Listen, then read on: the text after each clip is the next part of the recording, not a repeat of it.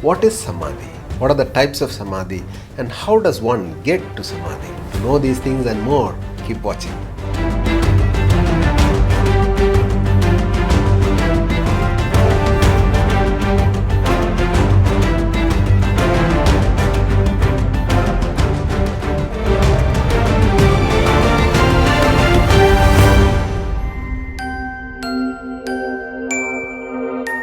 Understanding Samadhis. What a misleading title, isn't it? Because Samadhi is an experiential aspect. Trying to understand it logically is the most stupid thing that one can do. Today we will attempt to try and understand the theoretical aspects of what Samadhi is. The word Samadhi comes from Sama, meaning equanimous, and Dhi, meaning Buddhi or intellect. To put it simply, Samadhi is an equanimous state of being.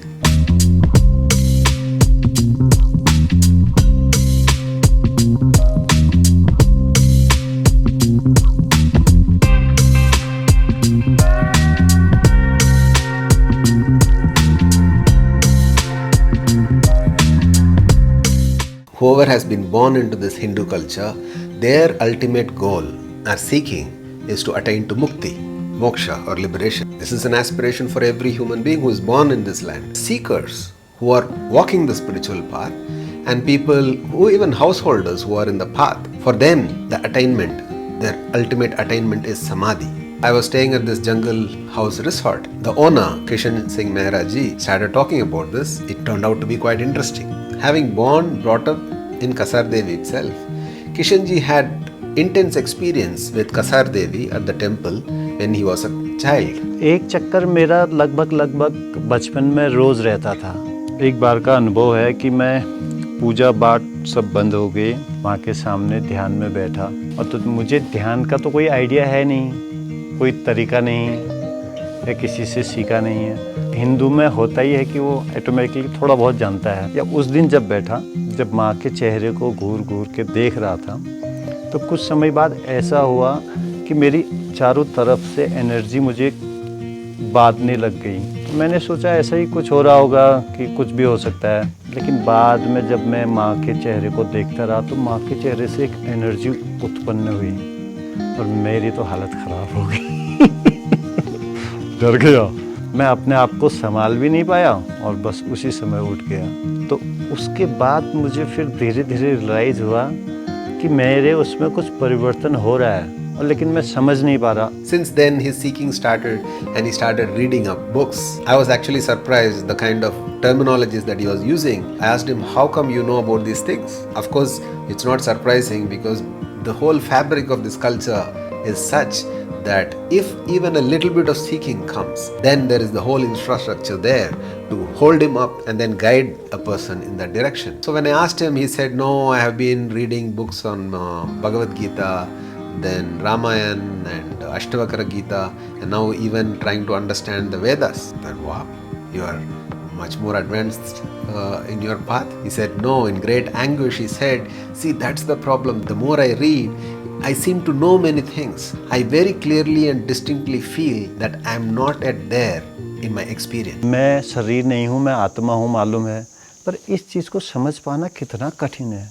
वो नहीं है अनुभव या फिर वो नहीं है जो रियल होना चाहिए। मुझे अभी भी नहीं समझ पा रहा हूँ मैं कहाँ हूँ, क्या समझ पा रहा हूँ। This is something I appreciated in him. Knowledge is separate and experience is completely different. And Kishen ji is fortunate that he realizes that his inspiration had been his grandfather's sister, a Naga sadhu who had taken up sannyas at a very young age. Yogini Sri Mai Ramgiri Tapashri, that was her name.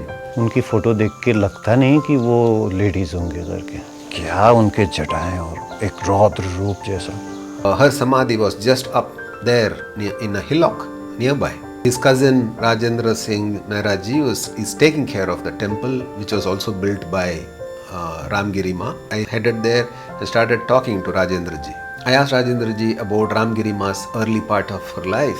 He started saying at the age of 9 she left home. असल में ऐसा हुआ, शादी उनकी 9 साल की उम्र में शादी कर दी गई। शादी करने के बाद ससुराल में समय में होता ही वैसे होगा, पता नहीं हमें क्या होगा इसके बारे में तो मालूम नहीं। कि ससुराल में काफ़ी उत्पीड़न वगैरह हुआ तो उनके मन में बैराग जाग गया। बैराग जागने के बाद उन्होंने सीधे चल दिया हरिद्वार। वहाँ जाने के बाद उन्होंने जोग ले लिया। After she disappeared for 12 years, she comes back at the age of 20, 21 or so. She comes to take bhiksha from her ex-husband and parents and relatives. In certain ascetic orders, it's customary that before you are given initiation into sannyas, before you are given diksha into sannyas, you go back to your family. You take bhiksha from them and come. This is a sort of severing all the ties with your past bondages. क्योंकि वो मुक्त हो जाते हैं ना, फिर उसे परिवार से संबंध नहीं रहता, इसलिए वो आके यहाँ से भिक्षा लेके फिर चलती है. So she takes this bhiksha and then goes back to Haridwar, where she was in an akhada for the next 33 years. इनका बताना था कि हम 2 बार कैलाश पैदल यात्रा की और राजस्थान में जून के महीने में पंचांग धुनी तभी. In the year 1981, at the age of 101, she sat cross-legged just in the open space in front of the temple and attained to Samadhi. Shri समाधि लिए उन्होंने क्या 18 मई पूर्णमासी बैसाख शुक्ल पक्ष 5 गते सोमवार का दिन ब्रह्म मुहूर्त 4 बजे का ब्रह्म मुहूर्त, तो वहाँ पे बैठ के कहते हैं पलथी मार के बैठे थे सुबह के 4 बजे आए तो प्राण वगैरह नहीं. The path to Samadhi is not restricted only to the people in the sannyasi order. For anybody who is seeking, even if he is a householder, it is available. So ascetics, householder, even children. There have been rare instances where children have gone into Samadhi. They are called as Bala Yogis. But usually, if they get into Samadhi at an early age, tend to attain to final Samadhi also very quickly. Samadhi is like a heavy voltage of energies coming into the system. If your body is not prepared well enough and if it's not matured enough, then you tend to leave the body early. In the yogic path, there have been specific methods and procedures set to attain to Samadhi. Patanjali Maharishi, when he came and compiled all the other different paths that were available at that point of time, he put 8 steps to attain to Samadhi. These are called as the Ashtanga or the 8-limbed path. Yama and Niyama, the do's and don'ts, asanas, pranayama, pratyahara, dharana, dhyana, and then eventually Samadhi.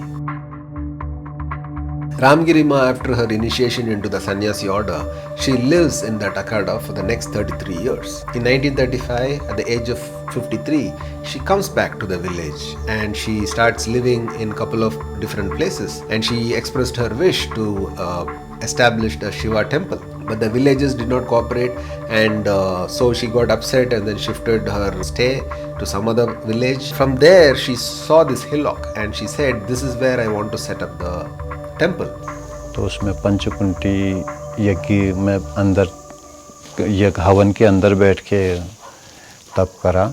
5 कुंड होते हैं ना अग्नि के, तो वो भी गर्मियों के टाइम पे, और उसके बाद फिर लक्ष्मी नारायण की स्थापना करेगी. And the present hillock where the Satyanarayan temple, that's where she established this. She continued to live there for the next 47 years. मतलब उस समय हमें इतनी अकल तो थी नहीं, बच्चे ही थे.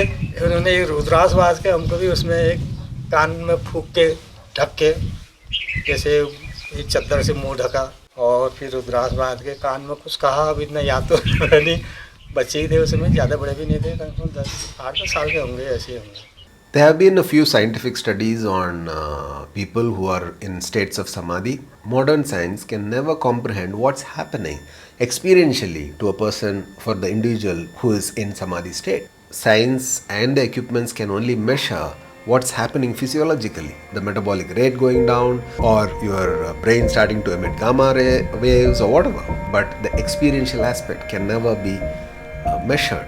Yogis and Siddhas who have experienced this state of Samadhi have sung hundreds and thousands of songs in this culture, how ecstatic and blissful this state is. People, normal people who have been farmers, weavers and laymen, when they attain to the state of Samadhi, they have exhibited phenomenal sense of intelligence and consciousness. In the yogic tradition, different types of Samadhis are listed. Savikalpa Samadhi, Nirvikalpa Samadhi, Kaivalya Samadhi, Nirvitarka Samadhi, Nirvichara Samadhi, Dhammamega Samadhi, Mahasamadhi, and so on. Each name describes the experience or the state in which that individual is. For example, Nirvikalpa Samadhi is also called as Nirvibija Samadhi. Kalpa meaning attributes or characteristics, And when we say nirvikalpa, this individual has gone into a state of samadhi where there is no attributes or no characteristics to this person anymore. He just embodies the universal consciousness. When we say nirbij, it also means that there is no seed for the characteristic to grow back to. The very source is all removed or gone. Although the whole method or the steps involved to get to samadhi is in detail and practices are taught, it's very well known in the yogic lore that just by doing the practices alone, a person cannot attain to samadhi. The significant role of a guru in being the guiding force, that push of energy that's needed to get into that samadhi state, has been greatly emphasized in the culture. कोई ऐसे गुरु नहीं है जिनके चरणों में बैठ के चीज़ें समझ पाऊँ। आप जैसे लोग कभी इस विषय में बातें होती तो तब खुलती है, नहीं तो ये बातें हर किसी से कर भी नहीं पाता हूँ मैं। This is very well seen in the example of Swami Vivekananda. He is constantly asking Ramakrishna Paramahamsa various questions, and one day he is asking, can you show me God? So Ramakrishna does something to him and Swami Vivekananda goes into samadhi. Tears start rolling into his eyes. He sat there in samadhi for a long time. He describes in great detail later on to his disciples about his experience of samadhi. But then he realized he could not go back into samadhi.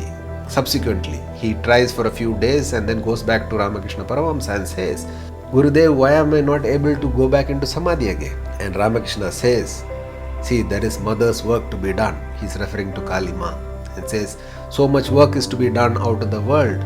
You finish all that and then you will again get your samadhi. Later on, Vivekananda, when he's talking about this to his disciples, he said, there is also a state of samadhi called Sahaja Samadhi in which a person can be and still be active in the world.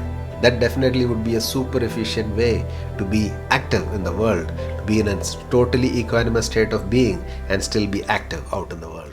When a person has decided to attain to samadhi, he may inform the people around him. Most of the time they inform. They would have informed how their samadhi has to be created. Either a pit is dug or they have to be cremated. What are the ingredients that needs to be filled up in the pit around them? How they need to be set in cross-leg posture or in lying down posture. All these instructions are usually given by the individual. मैं बता देती हूँ, हमारी ईजा को भी mummy को भी बता देती। मम्मी को हमारी डर लगती थी। वो कहने वाले थे तुमको यहाँ मम्मी से कहा उन्होंने कि डरना मत, मेरी समाधि यहीं बनाना, मैं यहाँ की देखभाल करूँगी, किसी को कोई नहीं डरेगा.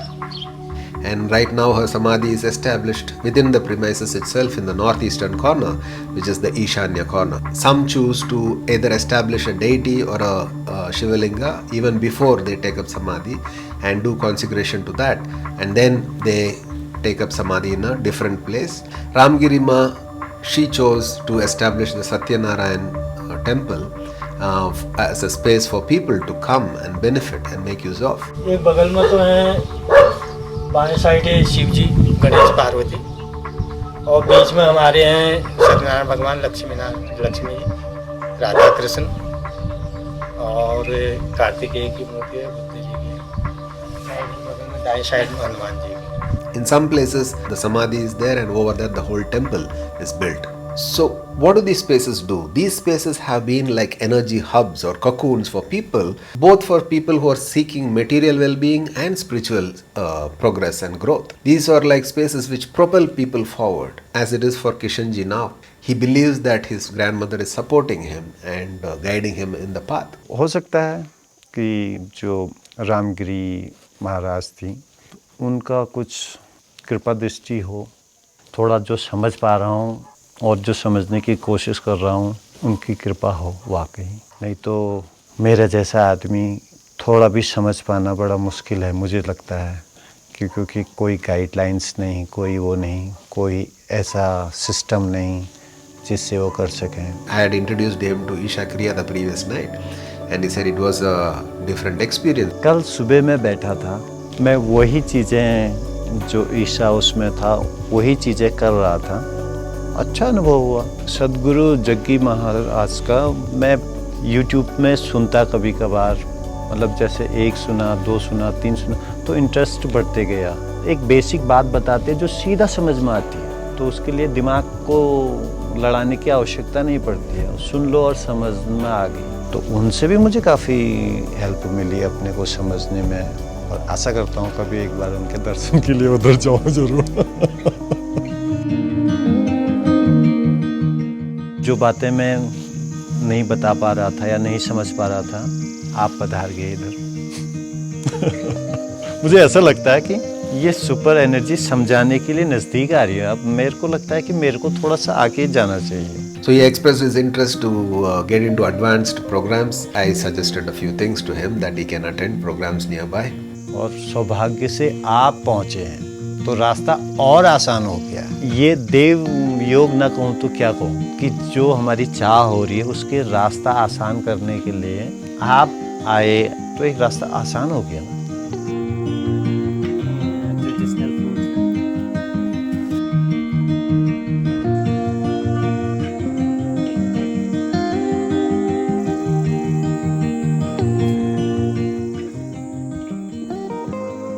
ये क्या कर रहे हैं? भिक्षा पात्र में स्पून लेके वेस्टर्न स्टाइल में।